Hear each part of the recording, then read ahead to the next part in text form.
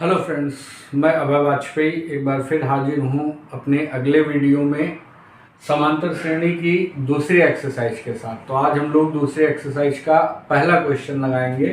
तो दूसरी एक्सरसाइज का पहला क्वेश्चन क्या है, ये रिक्त स्थानों की पूर्ति कीजिए। देखिए ये ए डी एन और ए एन में एक सीरीज इन्होंने बना के दी है और इसमें जो ब्लैंक रिक्त स्थान है उनकी हमें क्या करनी है, पूर्ति करनी है। तो एक एक करके हम इन प्रश्नों को देखेंगे और रिक्त स्थानों की पूर्ति करेंगे। तो देखिए जरा, इसमें सबसे पहले ए डी एन और ए एन में जो संबंध होता है, रिलेशन जो होता है, जो फार्मूला मैंने पहले वीडियो में बताया था, उसी को लेके हम लोग इनको हल करेंगे। तो हमें मालूम है कि ए एन बराबर क्या होता है, ए प्लस एन माइनस वन और इनटू में क्या हो जाना है, डी हो जाना है।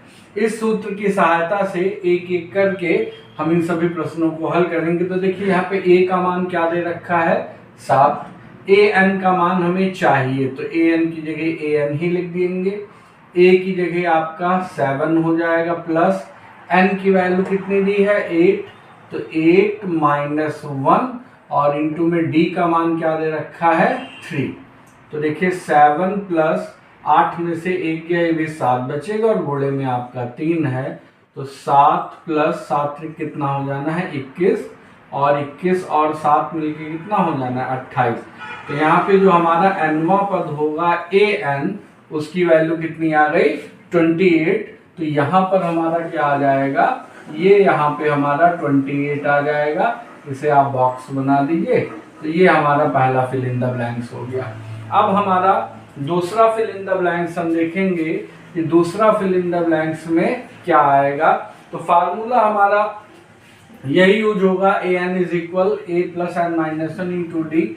तो दूसरे में देखिए ए की वैल्यू इन्होंने क्या दे रखी है, 18 दे रखी है, प्लस यहाँ पे डी का मान इन्होंने नहीं दिया है, एन का मान 10 दे रखा है, तो 10 माइनस 1, और ए एन का मान क्या दे रखा है, 0 दे रखा है। तो देखिए और इनटू में क्या हो जाएगा, डी हो जाएगा।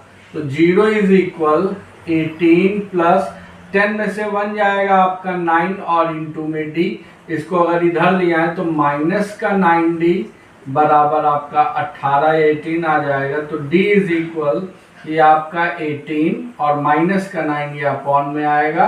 तो 9 1 जा 9, 9 2 जा 80, 9 दूना 18 और साथ में माइनस का चिन्ह रहेगा।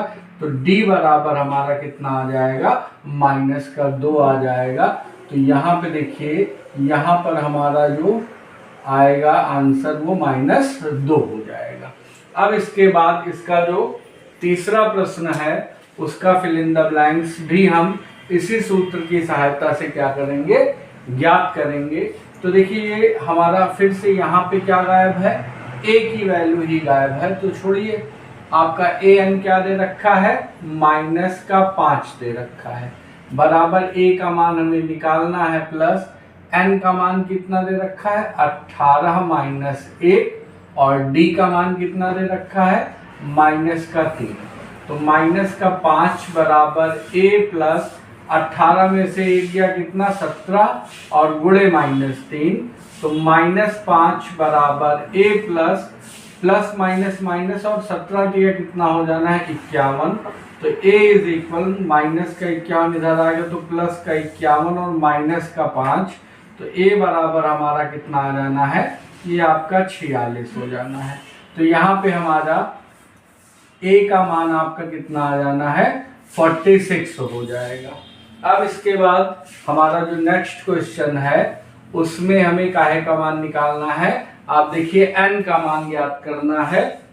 तो n का मान कैसे ज्ञात करेंगे, देखिए यहाँ पे a का मान दे रखा है आपका -18.9 और उसके बाद में n का मान आपको मालूम करना है।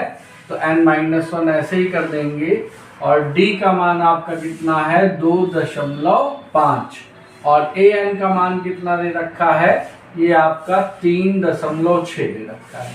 तो देखिए माइनस का है, अगर इसको उठा के इधर ले आए तो 3.6 प्लस 18.9, और ये आपका कितना हो जाएगा, गुणा किया जाए तो 2.5 2.5 n और माइनस का 2.5 हो जाएगा। तो अब यहाँ एक चीज ध्यान दीजिएगा, ये इधर आया था तो यहाँ पे क्या लगेगा, बराबर का निशान लगना चाहिए। तो इन दोनों को आप जोड़िए अगर, तो 9 6 15 के 5 हासिल आया 1, 8 3 11 12 के 2 हाथ लगे 1 और 1 1 कितना हो जाना है 2, तो ये आपका आ जाएगा 22.5। और इधर माइनस का जो 2.5 है ये भी इधर आके आपका क्या होगा, जुड़ जाएगा। तो 2.5 n, तो यहाँ पे अगर सीधा करके लिखे तो 2.5 n का मान हमें कितना मिलेगा, 22.5 में 2.5 जोड़ देंगे तो ये पूरा पूरा आपका 25 आ जाएगा। तो अब n बराबर कितना हो जाएगा, n बराबर ध्यान दीजिए 25, और ये जो आपका 2.5 है बटे में जाएगा, दशमलव हटाएंगे तो ऊपर 0, और 25 एक कम 25 और 25 0, मतलब n का मान कितना आ जाना है, ये 10 हो जाना है।